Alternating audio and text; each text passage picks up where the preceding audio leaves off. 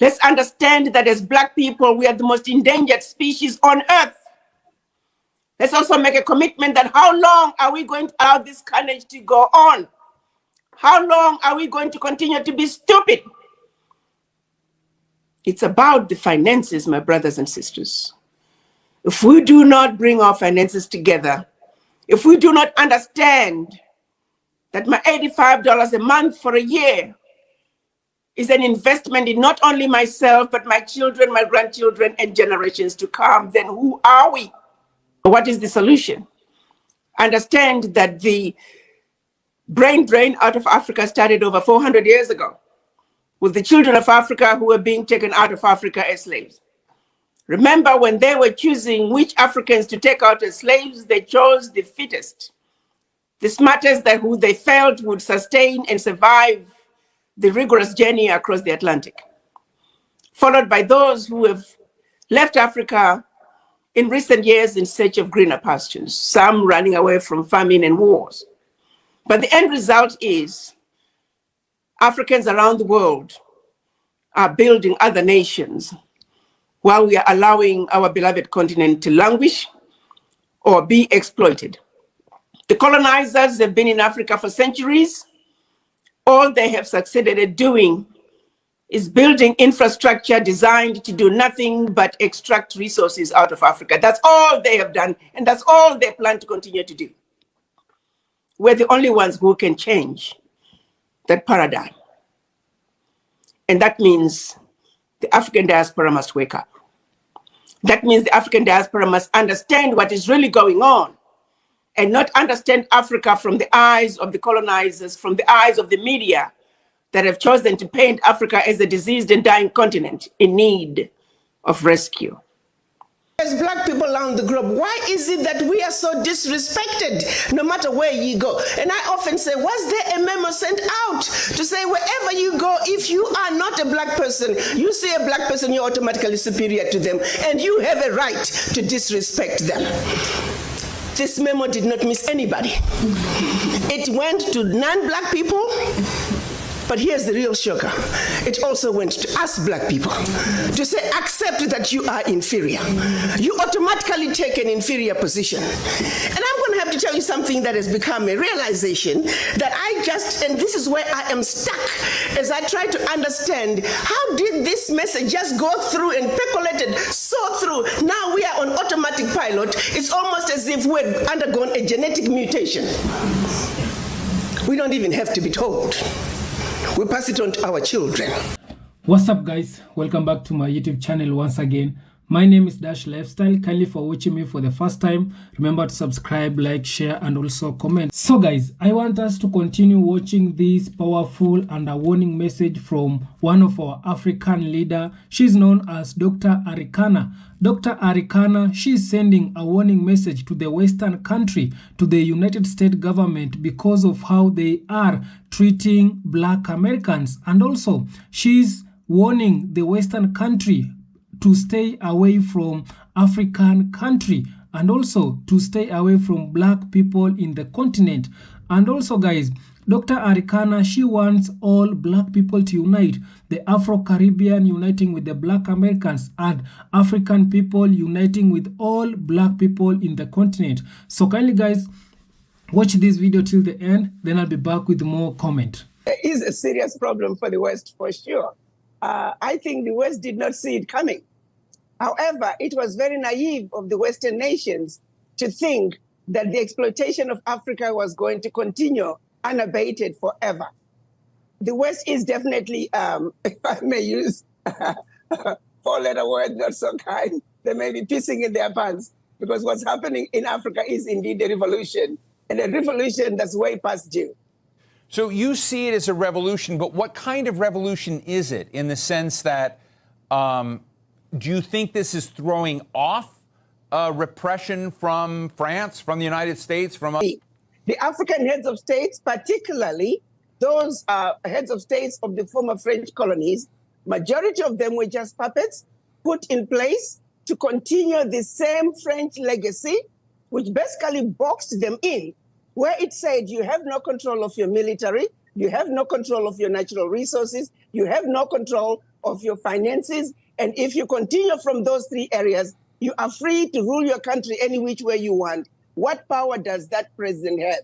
And in the past, any president that has tried to back the system and do something about taking control of the financial resources, and I'm talking about African countries depositing their bank reserves with France. I'm talking about African countries giving up their natural resources, no value addition, France having first right of refusal for all the natural resources discovered yet to be discovered, France companies having first right of refusal for all contracts, large, small, private, public, France having military presence in those countries, and France having the ability to invade them in the event that they feel their interests are being violated. France making sure that those countries can only be trained by France, the military can only be trained by France. The military equipment can only be bought from France. Come on now. Our people didn't understand all this. Have you ever wondered, of all the colors on earth, why were 2 colors chosen? Black color and white color. Follow me on this one. You take a white color, you associate it with Jesus Christ. You associate it with the angels. You associate it with purity and everything wonderful and everything desirable.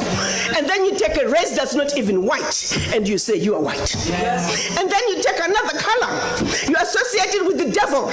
You associate it with everything undesirable. I've never seen a bank robber wearing a white mask. All the villains on movies are black. Everything undesirable is black. And then you take another race that are not even black and say, you guys, you are black. Yeah. Now go at it. Speak, my sister. As we black mothers are trying to raise our children in our own homes, as much as we try to tell them that you're black and you're beautiful, guess what? The minute they step outside the door, the messages are completely different. A barrage of subliminal messages telling our children that that which you represent is horrible. Yeah. How do we fight against that? How do I tell my granddaughter that you're black and beautiful, but the world tells her otherwise? The voices echoing her blackness as a symbol of everything undesirable are much, much louder than even we black mothers, we come together, we can never drown those subliminal messages. They were all by design. Let me take you to the beginning. Certainly for Africa, your continent. Because as we gather here today, as we try to strategize, as we try to create those linkages between those Africans away from the continent and the Africans on the continent, we must understand, how did we get here? And for Africa, it starts with that monumental decision when the colonizers, came together in Berlin in 1884. And let me say, prior to 1884, they were coming to Africa in a haphazard way. They had started with slavery. And then when they felt like they needed the slaves to stay on the continent, they say, oh, we no longer believe in slave trade. Let's stop it. No. It was really just another way of saying the labor is needed on the continent. Let's keep the monkeys on the continent so we can continue to exploit them. So 1884, they met in Berlin to organize themselves so they can effectively loot from the monkeys. They did not meet in Berlin to see to it that Africa would prosper. No. Let me repeat. The colonizers met in order to see to it that your Africa, our Africa, and her children, not only on the continent, are forever defeated and dominated. That was 135 years ago. The manner in which they did it, they took out the map of Africa while the Africans were sleeping, minding their own business. Started to chop up your continent into the tiny little countries that we see today. The bigger and more powerful a kingdom was, the more countries that came out of it. Not only more countries, but these countries were given to different colonizers who spoke different languages. Let me bring it home for a second. Pretend you're driving from Zambia, you're speaking English. Pretty soon you're in Angola, you're speaking Portuguese. Then DRC, French. Equatorial Guinea, Spanish. Southern Cameroon, French. Northern Cameroon, Southern Cameroon, English. Northern Cameroon, French. You are now in Nigeria, English. Hello. These were the same people. Prior to 1884, we were powerful, amazing kingdoms with well-established educational and religious systems. If the truth be told, we had the civilization. We were the civilized. They were the devils, the uncivilized ones. They set out to take everything that symbolized civilization in Africa. To this day, they're still refusing to give up those relics. If those relics were not that good, why are you keeping them? We were way ahead of them in our civilization. They set out to destroy us. And Berlin Conference put the nail on that coffin. So they gave Djibouti the same sovereignty as the United States. They gave Burundi the same sovereignty as China. They gave Togo. You see, the EU realizes individual little countries, they can't survive on the world stage. So they come together as the European Union. Now picture this now. So they cut up this Africa into the tiny little countries, small economies that could never survive on their own, but gave them the same sovereignty as the big boys. So that way, when the little bitty countries go to the world stage for the purposes of development and discussing trade, they're wannabe boxers who are being thrown into the heavyweight boxing ring every day. How do you put China in the same boxing ring with Eswatini? Eswatini has 1.2 million people. China has 1.4 billion people. And you put them on the same stage and say, go at it, negotiate. Are you with me? Yes. This is insanity of the highest order. How have we allowed this carnage to go on? When Eswatini is thrown in the same boxing ring with China and Eswatini collapses before Eswatini even gets on the stage, the world says, well, Eswatini, what's wrong with you? Why can't you take care of your people? Well, China came in and said, Eswatini, give me all your gold or else. And if Eswatini does not agree, they just go on next door to Lesotho and give Lesotho an extra $1. And if Lesotho doesn't take it, they just jump on to Togo, Central African Republic. It was all by design. 1884. They did something else in addition to chopping us up. They also set out to make the African believe that everything African was bad and undesirable, and everything Western, particularly French and British, was more desirable. We call that the legacy of colonization. Prior to that, they had started long working on the slaves. Make them think everything about them, forget anything about Africa. Where you come from is a horrible place, diseased and dying people, constantly at war with themselves, uncivilized. Cut out any communications with them. You need to just know what we tell you. And we call that the legacy of slavery. So that's where you look at where we are today. 135 years later, a system that was put in place to see to it that Africa and her children are forever defeated, that Africa is forever exploited, remains in place today, alive and well. And we sit here and we ask ourselves, why isn't Africa moving forward? Why does Africa continue to be taken advantage of? Well, I'll tell you why, very simply. Until Africa comes together as a continent speaking with one voice, one continent, one people, nothing, and I repeat, nothing is gonna change. As individual little African countries, we are wannabe boxers. We will never make it fighting against the heavyweights. We must speak with one voice. Yeah. And this is exactly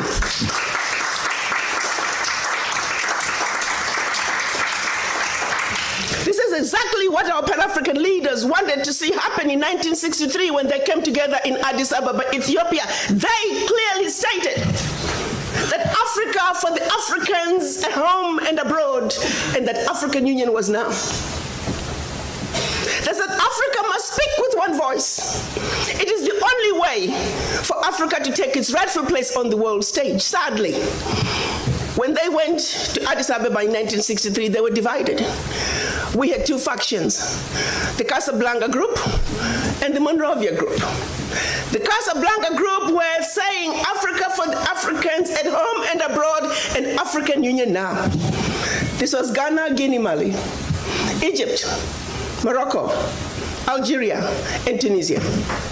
Only 7. The other 25 of the 32 who attended were the Monrovia group. They were the nationalists. They said, let's go slow. Let's kind of wait on this Pan-African thing.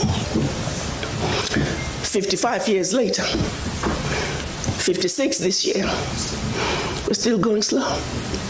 As if it wasn't bad enough that we were divided up into the tiny little countries that we are today. The gift that Berlin Conference gave us. One other thing that France did between 1958 and 1961 in the name of giving us our independence as African countries. France forced the Francophone, and I hate that terminology. There is no such thing as Francophone, Anglophone. They made it up. But for the purposes of communication, I will use that. 14 of those countries, they said, in order for you to get your independence from us, you must sign this document. You thought they could have found a better name for the document. The document was called the Pact for the Continuation. I repeat, the Pact for the Continuation of Colonization. We are talking about giving you independence, but sign this pact for the continuation of colonization in a different format. And I'm going to highlight some of those issues that they said you must agree to if you are going to be independent. Hello. Maybe we need to redefine the meaning of independence for the French.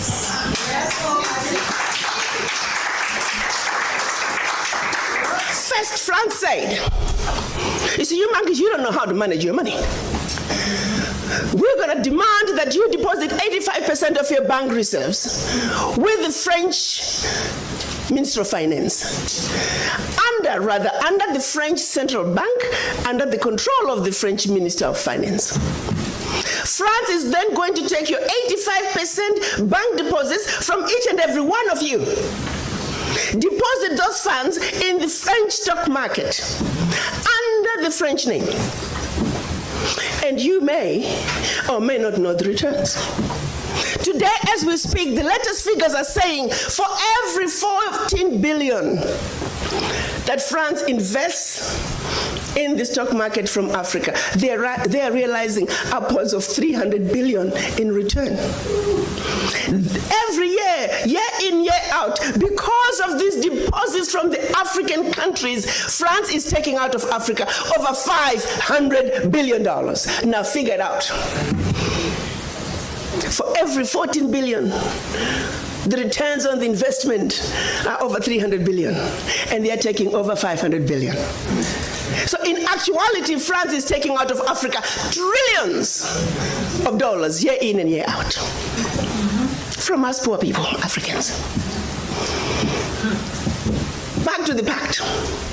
So should you want to access some of your money that you have deposited with France, You have to submit your country's financial returns. And if approved, you get to get it as a loan. You can only access up to 20% of your money year in, year out as a loan at commercial interest rates. Your own money. As if that was not enough. They said all your minerals discovered, yet to be discovered, all your oil discovered, yet to be discovered. France and French companies have the first right of refusal. If there's anything left over that the French companies do not want, your people might have. To this day. They said you will only use the currency that we created for you because you're special Africans. We call it the CFA. There was the Central African CFA and the Western African CFA, same animal. And that France is the only one that can print it for you. 1958. Fast forward. They're still printing it for us. And if you start misbehaving, they just stop printing your money. And your country's in trouble. They also said your language of instruction shall be French, whether you like it or not. That France will have military presence in your country. That your military can only be trained by France. That you can only buy military equipment from France. That you cannot have any military alliance with your neighbor. And that in the event of war, your allegiance is only to France. And furthermore, because they have military presence in your country, they can invade you without notice should they feel that the interests of France in your country are being violated. Teach, sister, teach. Speak on, sister. Fast forward, 2019, nothing has changed.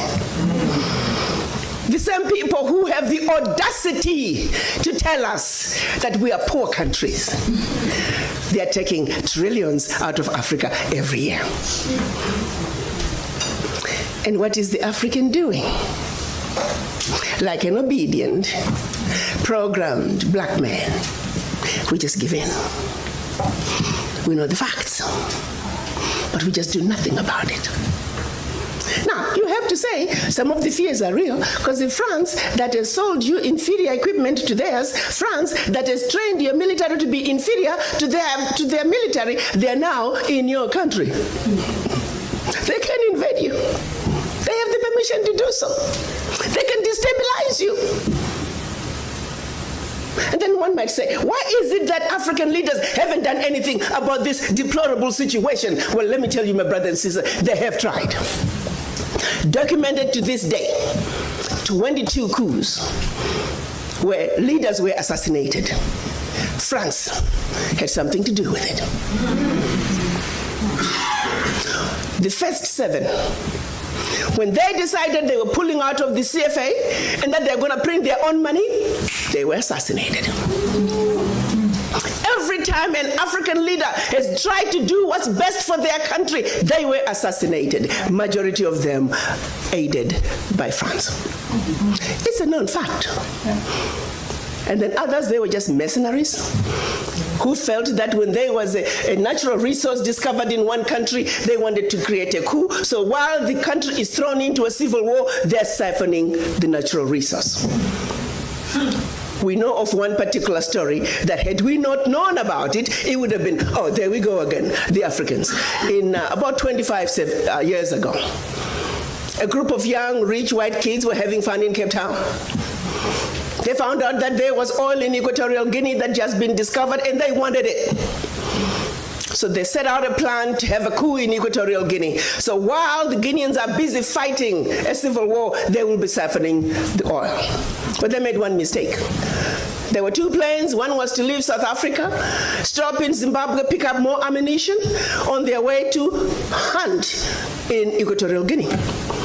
Another plane was taking off in the Caribbean that had this puppet diaspora who was supposed to be the next president. Mugabe wondered why such young people needed such powerful ammunition to go hunt in Equatorial Guinea. In doing his research further, he found out that this was a coup in the making. He allowed them to land in Zimbabwe. They loaded their plane, and just before takeoff, they were all arrested. The ringleader of that group was none other than the son of the former Prime Minister of the United Kingdom, Margaret Thatcher. She had to fly to Zimbabwe and paid handsomely to get her son out. The last one of those prisoners left Zimbabwe about 6-7 years ago. Had these young people succeeded, it would have been another coup. There you go, the Africans again. Such, my brothers and sisters, is the story of your Africa. They don't do coups anymore.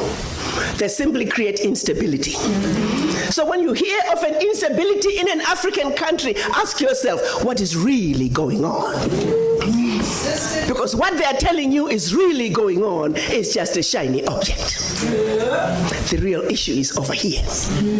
And you need to stop before you start being used as an instrument of your own self-destruction.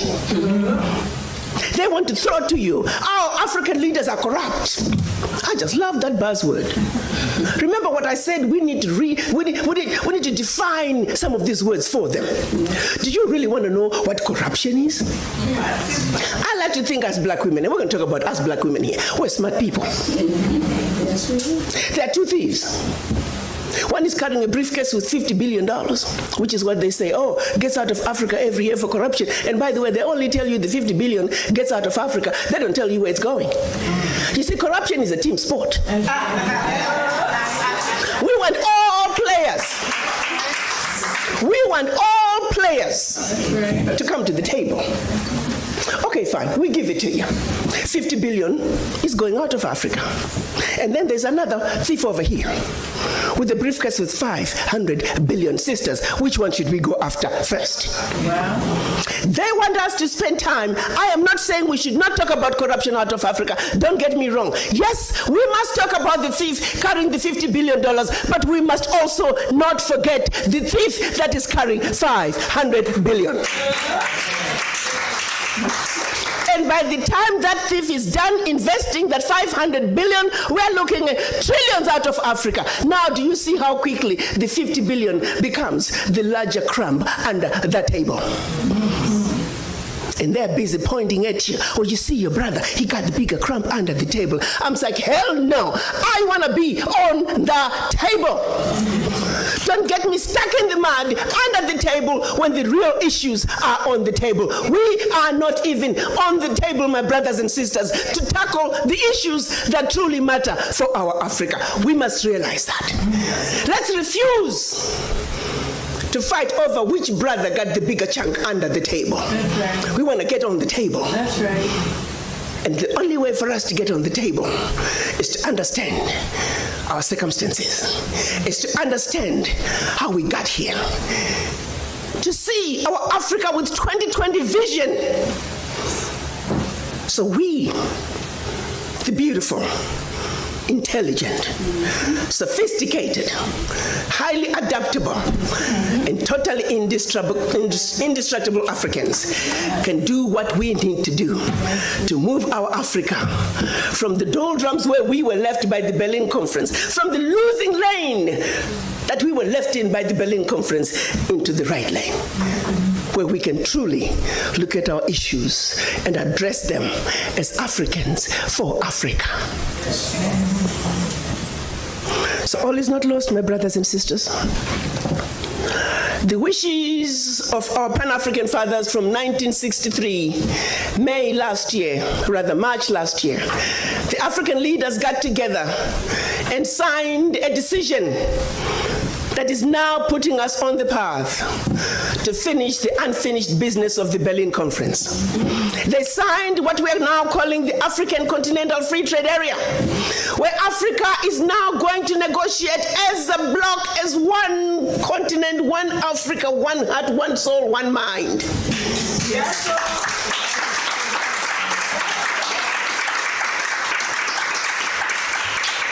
52 African heads of state signed that agreement. We only needed 22 to ratify. Exactly 13 months later, This is something that the colonizers were laughing at us. You Africans, you'll never put this through. This CFTA thing, you'll never get the ratifications. Years down the line, it's never going to happen. It's going to be a piece of paper in a drawer somewhere, because the reality is ratifications, my brothers and sisters, do take a long time. They take years. But guess what? 13 months. April this year, the 22nd ratification was deposited to the African Union.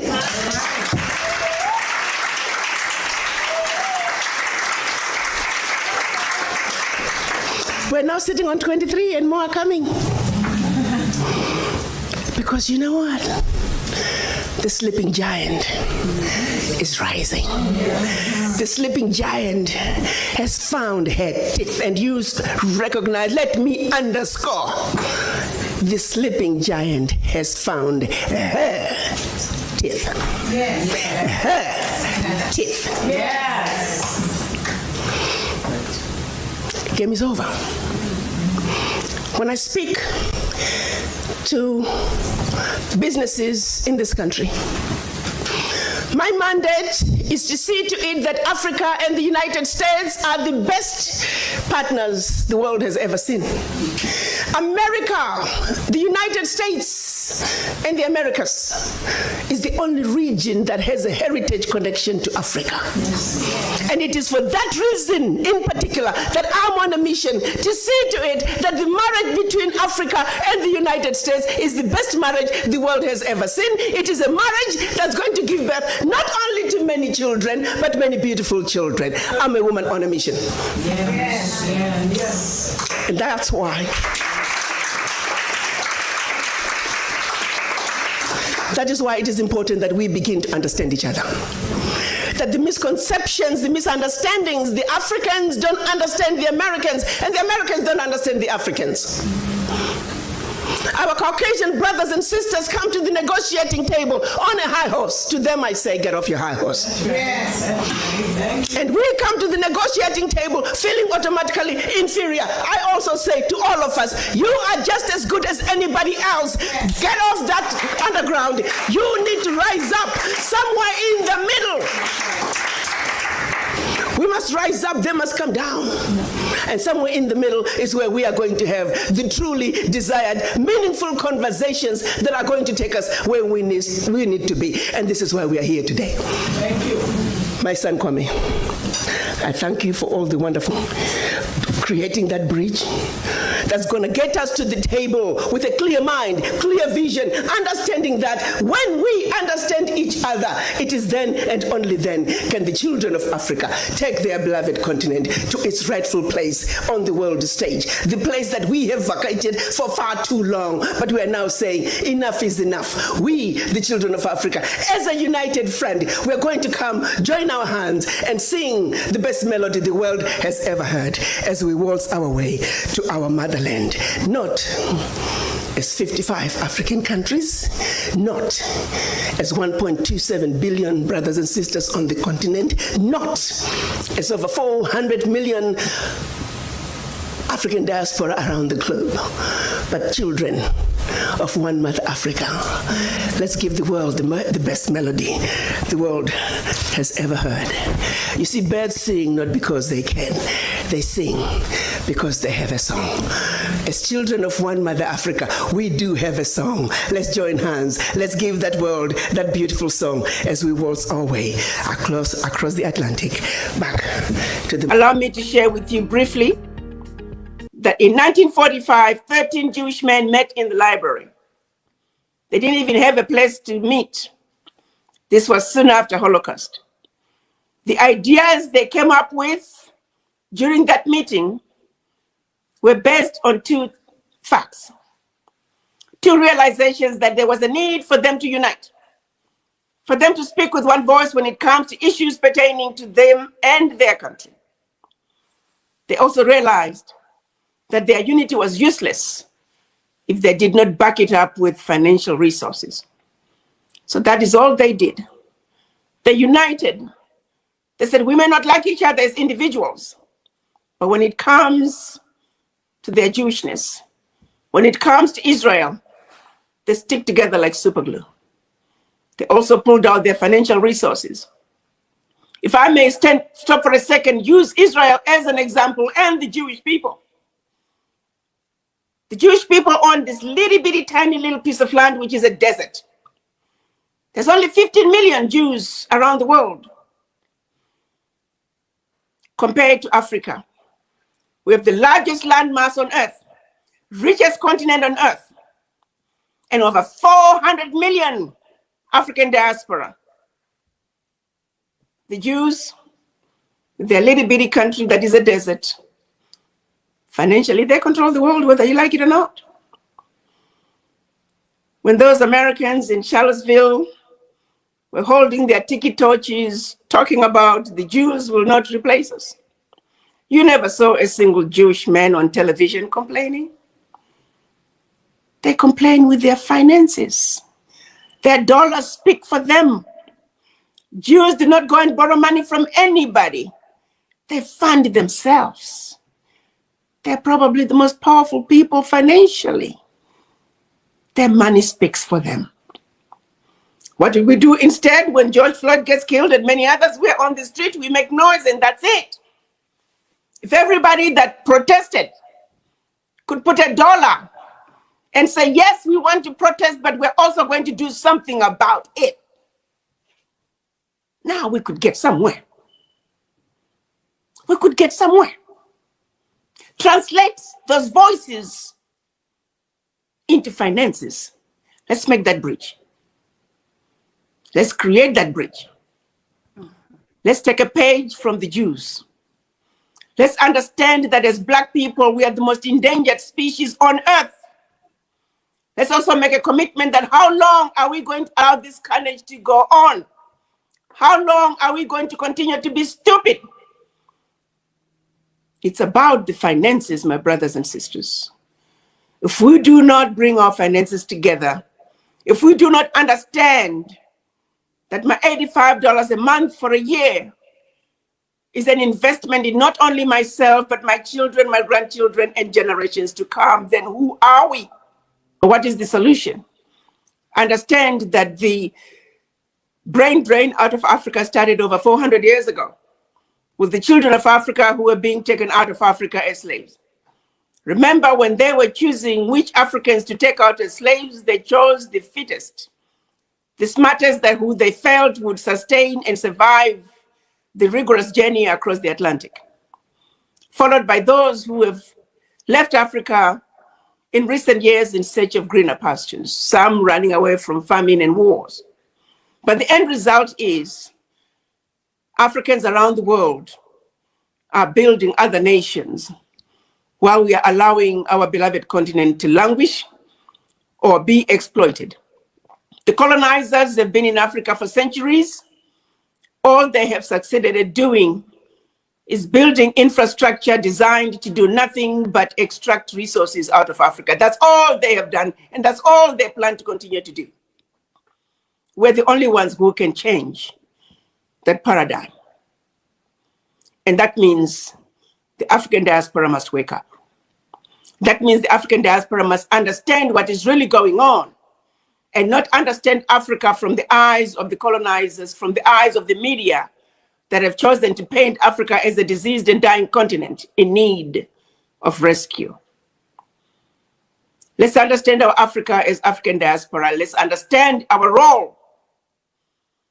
It's very difficult for African businessmen in Malawi, in Botswana, to think continental. They're struggling to make a living in that little bitty country with all the restrictions and the difficulties of reaching to the country next door, to then ask that same businessman to think continental. But the people who can help with that bridge, the people who are already integrated in a way, people who can come to Africa with an integrated mind, are the children of Africa in the diaspora. Like I said before, $1 million diaspora with $1,000, that's $1 billion. $1 billion is a lot of money.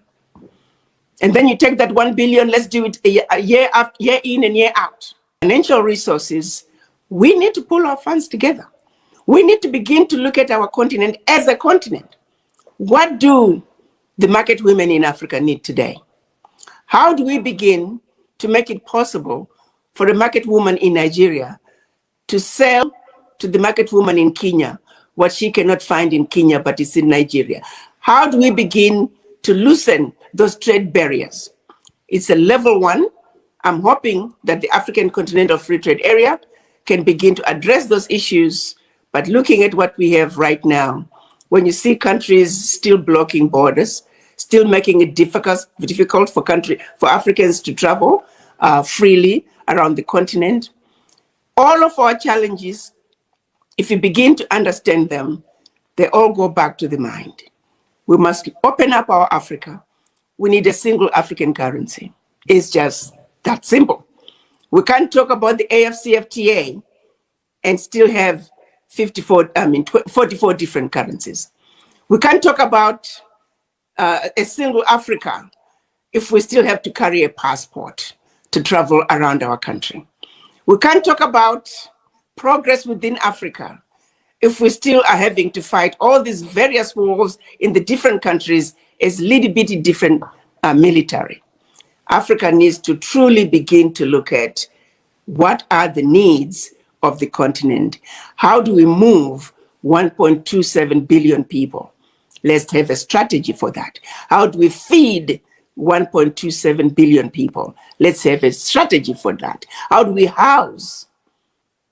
How do we clothe 1.27 billion people? That thinking outside the box is what's really going to give us the results that we desire.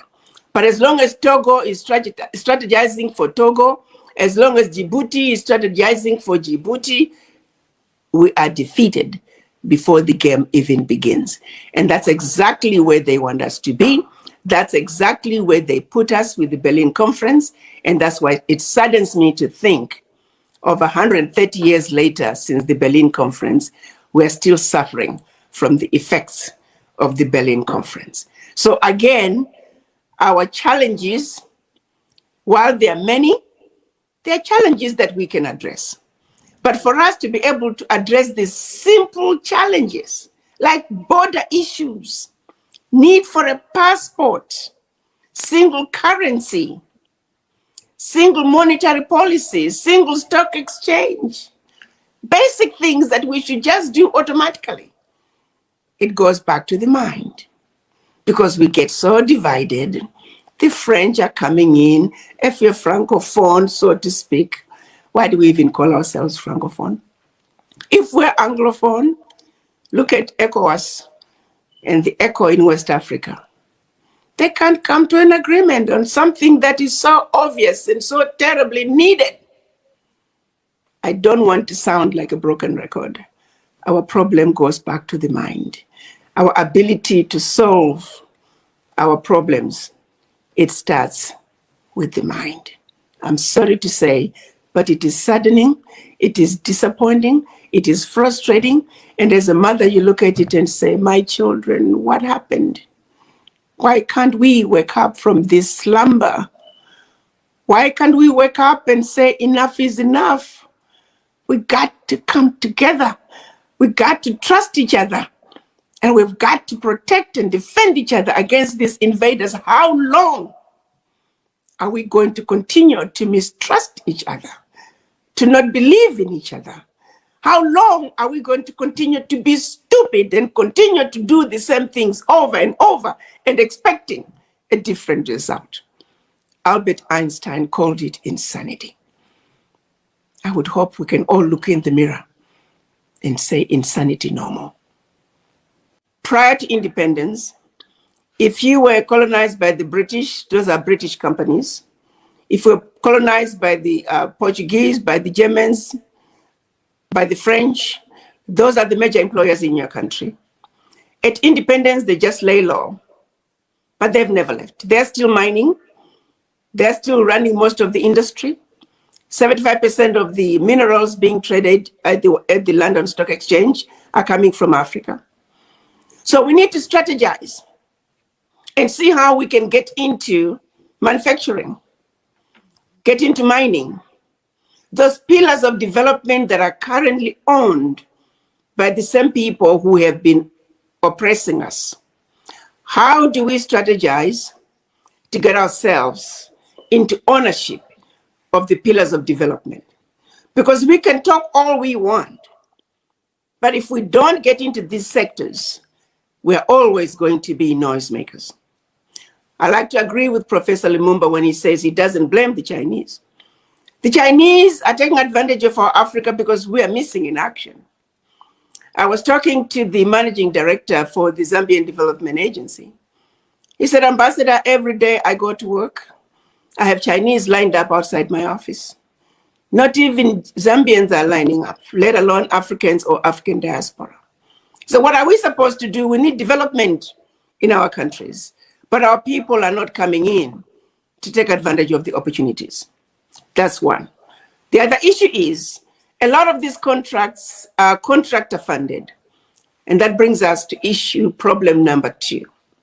So not only are we not organized in these meaningful associations, we also don't have the funding. Because if we were to be organized meaningfully, we could then pull our resources together. So we're defeated because we don't have the funding to participate in the bidding process for these contracts. So where are the opportunities? The opportunities start with the realization that where we are defeated is unity of purpose. Having associations that we can pull our funds together so we can realize that when we begin to compete financially, we can begin to take over those pillars of development within our countries. The way things are today, it is very difficult for us as Africans to get into those areas, those sectors, those pillars of development because we are defeated financially. We must understand that the one thing that was denied Black people around the globe, no matter where you see us, it could be in Papua New Guinea, it could be in Brazil, in Africa, in the United States, in Europe, in China. The one thing that we were denied is economic liberation. That was intentional. How then do we regroup and build our own financial nucleus? Because as long as we're still having an idea and going to them for funding, we're still enslaved. So it goes back to how do we create those meaningful relationships? Goes back to what we are doing as ADDI. So guys, I hope you have watched that video from Dr. Arikana. Dr. Arikana, she's that one of our Africa leader. She always speak about Black people, and also for a very long time she has been defending the rights of the Black people, the Black Americans, where the Black people they are in the continent. She will also fight the rights. She will also fight the rights of the Black people. Dr. Arikana, she has come out and sent a powerful warning message to the Western country to stop treating Black people how they want. We have seen how the Black people in America, the Black Americans, they are being treated, how there is a lot of racism towards the Black American. So Dr. Arikana, she's calling these Western people to stop treating Black people, to stop bullying Black people how they want, because right now we Black people, we are now waking up. And also Dr. Arikana, she's calling unity amongst Black people. She wants to see Black Americans uniting with the African people. She wants to see Black African people uniting with the Afro-Caribbean, because we Black, the only problem that we have, it is unity. And that's why Dr. Arikana, she will always speak about unity amongst Black people. And she's calling us Black people to wake up, to know our history. These people, they conquered us through the mind. These people, they came here in Africa. They took our brothers and sisters forcefully. Our brothers and sisters, they were taken in United States, in the Caribbean. And these people, they fought on their way. These people, they were not willing to go. And because of that, these people up to date, they are still mistreating. They are still not respecting our Black people in their country, and they are the ones who they brought them in their country. So Dr. Arikana, she's now calling this Western country to respect black people in the continent. And also, Dr. Arikana, she's telling us black people that it is now the right time for us black people to know our history. She has come out and give an example whereby these people, they are telling us that everything which it is black, it is bad. You have heard what she has come out and say, that the black color, it is being associated with everything that it is bad, but the white color, it is being associated with good things. So these people, they tell us black people that God is white, and that's why in some of our African homes, even right now, you will go and find they have hung on the wall a picture of white Jesus. So you can see how these people, they confuse us black people. Right now, they are telling us to worship white Jesus. And also, they are saying everything which it is black, it is bad. These people, they made us black people to hate ourselves. That's why you will find black people, they are not supporting their fellow brothers and sisters. Black people, they are supporting these other races, the Indian, the Chinese, the white people. Why are we black people supporting these other races? Because we are seeing them, they have a yellow color, they have a white color. And that's why black people, we are being used by these other people by supporting them, because you will not find a Chinese person supporting black people. It is not easy to see a Chinese person going to a black store. It is not easy to find a white person going to a black store. It is not easy to find an Indian person going to a black store. No, it is very hard, but it is very common for us black people to go in the Chinese store, to go in the Indian store, to go to the white store, leaving our brothers and sister black store. So it is now the right time for us black people to change our ways. These people, they have shown us a lot of things. Who told you that God or Jesus is a white person? That's why we black people, we are worshiping white Jesus. No, it has come to a point also whereby we black people, we are now going to an extent whereby we have seen there is a lot of opportunity with the white color. Majority of us black people, we are going to an extent of bleaching our colors so that we can get more privilege and people cannot call us black people. No, that is wrong. Dr. Arikana, she's telling us black people and our African leaders to wake up. She has also called our African leaders to stop being puppet, to stop being controlled by these people, because revolution, it has started in our African country. We black people, we are now waking up. These people, they have done a lot of things to us black people, and they have refused to pay. When we ask for the reparation, they don't want to pay. These people, they are having our treasures thing, which they stole from here in Africa to any of the black country. They are now keeping it in their museum. And they want us to pay when we are going there, in their museum. So it is now the right time for us black people to wake up. I want to see black Americans speaking with one language. We have seen the Indians in United States. They are speaking one language. They are supporting each other. We have seen the Chinese also in United States. They are speaking with one language. They are supporting each other. But when it comes to the black Americans, they are not supporting each other. They are not speaking one language, simply because this is the problem that it is affecting not only the black Americans, all black people, because we black people, we are not united. We are not united, and that's why these people, they are conquering us. They are finding it very easy to conquer us. You can see when a family, it is not unity. If there is no unity in a family, it is very easy to break down that family. It is very easy to conquer that family. But when a family, it is speaking with one language, when they are uniting, it is not very easy to break that family. That's why Dr. Arikana, she's calling unity amongst black people. If the black Americans will come together, they will be heard. They will be getting more opportunities. They will not be oppressed in America and the entire continent. So kindly guys, I don't want to talk too much. Subscribe if you haven't. Like this video, share, and also comment. See you on my next one. Bye bye.